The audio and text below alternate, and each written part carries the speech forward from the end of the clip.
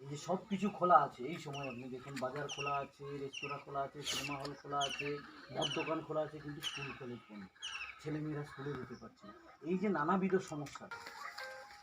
Hello, আর চড়বড় করুন, ঠিক আছে মহাদেব।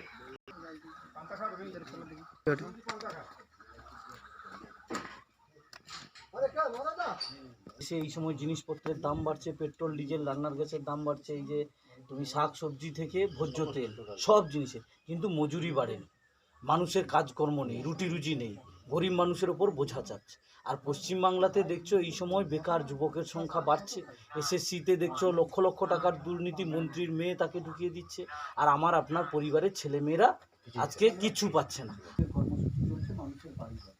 এই সময় কেন্দ্রীয় সরকার রাজ্য সরকারের যে জনবিরোধী নীতিকে যদি বাঁচিয়ে রাখতে পারি, তাহলে আগামী দিনে গরিব মানুষের উপকার হবে। কোনো দাবি নেই।